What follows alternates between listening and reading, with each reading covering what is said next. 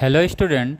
आज हम लोग डिफरेंशिएशंस का फिजिक्स में क्या यूज करते हैं, किस तरह से वो हम समझने की कोशिश करते हैं। डिफरेंशिएशंस क्या है?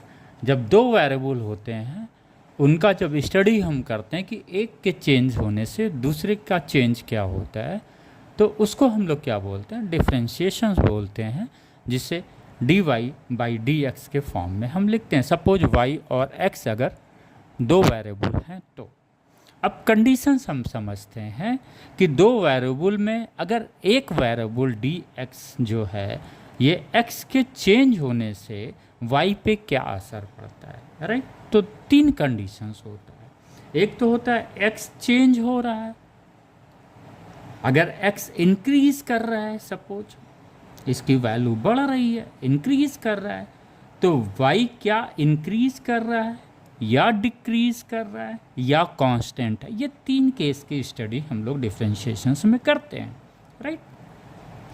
तो अगर dy dx की वैल्यू ग्रेटर देन 0 है और पॉजिटिव है, ये कंडीशंस इंपॉर्टेंट है। पॉजिटिव, अगर dy dx की वैल्यू पॉजिटिव है, इसका मतलब अगर x इंक्रीज कर रहा है तो y भी इंक्रीज करेगा। क्लियर? x के बढ़ने से y भी बढ़ेगा। अगर dy dx की वैल्यू, दो वेरिएबल है, फंक्शन है y और x का फंक्शन है, जहाँ पे दो वेरिएबल है, अगर हम इसको डिफरेंशिएट करते हैं तो हमें क्या मिलेगा? dy by dx। अगर इसकी वैल्यू पॉजिटिव आती है, इसका मतलब x जब इंक्रीज करेगा तो y भी इंक्रीज करेगा। पहला कंडीशन क्लियर हो गया, राइट?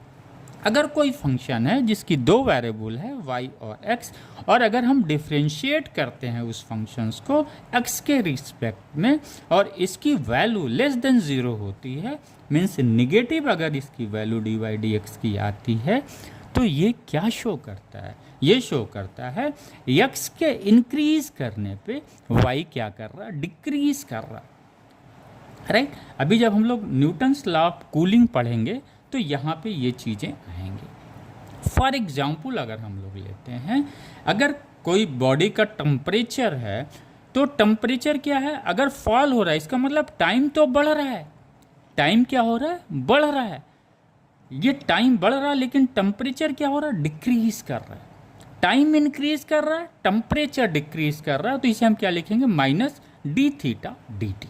क्लियर हो गया? वो अगर कांस्टेंट है तो y x के चेंज होने पे तो dy dx की वैल्यू 0 आएगी। ये तीन कंडीशन बच्चों बहुत इंपॉर्टेंट है।